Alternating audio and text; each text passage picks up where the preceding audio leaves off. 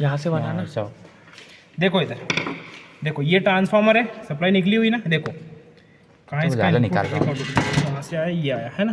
देखो ये रहा आपका क्या ट्रांसफार्मर, ये ट्रांसफार्मर की क्या है, इनपुट वाइंडिंग Input। है ना, प्राइमरी वाइंडिंग इसको बोलते हैं, यहाँ से इनपुट, और ये जो निकल रहा है ये है इसका आउटपुट। देखो Output। इसके 3 तार दिख रहे हैं, 1 2 3। हाँ 1 2 3 का मतलब देखो, अगर मान लो कि इसकी रेटिंग मान लो कि अपन 12 0 12 मान लेते हैं, तो देखो जब मैं ये 2 लूंगा ना तो ये अपन को कितना देगा, 12 वोल्ट, 0 और 12 पे, और जब ये 2 पे कर दूंगा तो 24 वोल्ट। देखो यहाँ पे लिखा भी है, ये देखो यहाँ पे लिखा है 12 और 24, यानी कि जब ये 2 तार से सप्लाई दूंगा तो कितनी जाएगी, 12, क्योंकि ये बीच वाला 0 रहता है तो 12 0 12 हो जाएगा, और जब ये 2 पे दूंगा तो कितनी जाएगी, 12 12 24।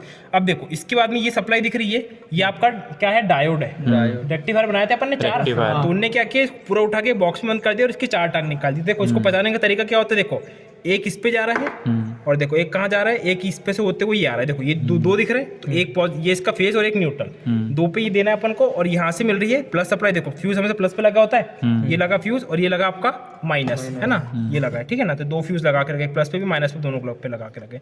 फिर उसके बाद में देखो ये कौन सा है अपना, ये क्या है, अमीटर, ये लिख रहा है AC/DC यानी कि करंट दिखा रहा है, AC DC दोनों पे कार्य करेगा, है ना। कुछ ऐसे होते हैं जो AC पे चलते हैं, कुछ होते हैं जो DC पे चलते हैं। जैसे कि देखो ये देख रहे हो, ये डीसी आ रहा है। देखो इस पे क्या दिख रहा है, इस पे सिर्फ DC लिखा हुआ दिख रहा है ना, ये 50 वोल्ट तक का है, और देखो ये सेकंड साइन है, सिर्फ DC का साइन दिखा रहा है, ठीक है। तो ये काय का हो गया आपका, ये DC का हो गया, ठीक है। अब देखिए, अब इसके बाद में देखो ये दिख रहा है टेप ओवर चेंज।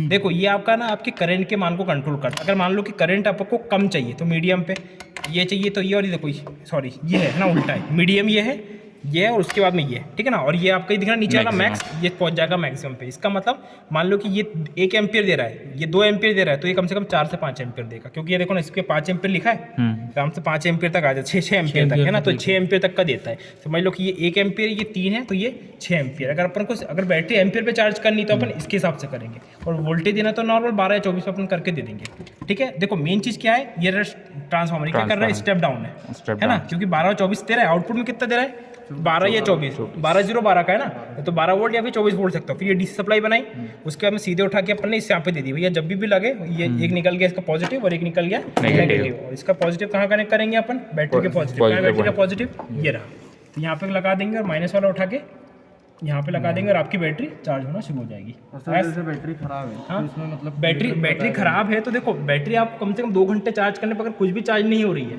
इसका मतलब खराब है। जैसे कि अरविंद सर की बैटरी ना है, लेकिन क्या है 2 दिन से ज़्यादा नहीं जाती, इसका मतलब इसके अंदर का जो वो था इलेक्ट्रोलाइट वो पूरा खराब हो चुका है, खत्म हो चुका है। इसमें पानी भी हाँ, मतलब ये पानी वाले वाला नहीं है, ये ड्राई वाली है, ड्राई सेल पड़े थे अपन ने, ये ड्राई टाइप की है ना, सूखा होता है, ठीक है। कर दो पैक। और सर जो इन्वर्टर की